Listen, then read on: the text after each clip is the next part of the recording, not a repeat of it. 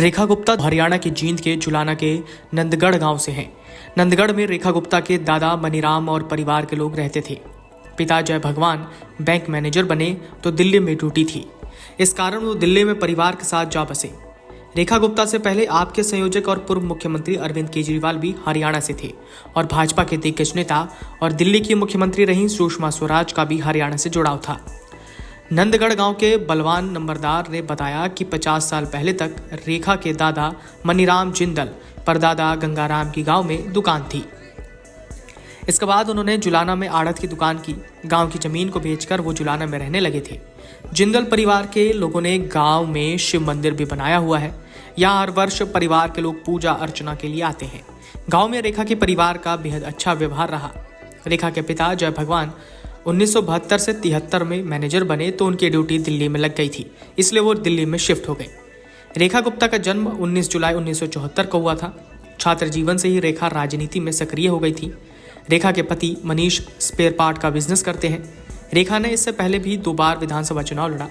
पहली बार वो 11,000 वोटों से हारी तो पिछली बार आपकी वंदना से 4500 वोटों से हार गई थी। इस बार वंदना को उन्होंने बड़े वोटों के अंतर से हराकर इतिहास रच दिया। इस बार शालीमार बाग सीट से आपकी वंदना को 38,605 वोट मिले तो रेखा गुप्ता को 68,200 वोट मिले। अरविंद केजरीवाल का जन्म हरियाणा के हिसार में साल 1968 में हुआ था। सामाजिक क्षेत्र में आने से पहले अरविंद केजरीवाल ने साल 1991 में IIT खड़गपुर से इंजीनियरिंग की थी। 1992 में अरविंद ने भारतीय प्रशासनिक सेवा के तहत भारतीय राजस्व सेवा में चुन लिए गए थे।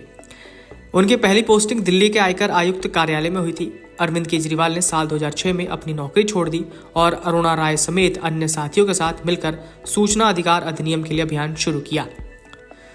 सुषमा स्वराज का जन्म 14 फरवरी 1952 को हरियाणा के अंबाला में हुआ था। उन्होंने अंबाला छावनी के SD कॉलेज से स्नातक की डिग्री हासिल की थी।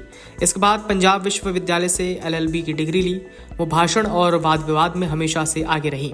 उन्होंने ऐसी कई प्रतियोगिताओं में पुरस्कार भी हासिल किए थे। सुषमा का विवाह 13 जुलाई 1975 को भारत के सर्वोच्च न्यायालय के वरिष्ठ वकील स्वराज कौशल से हुआ था।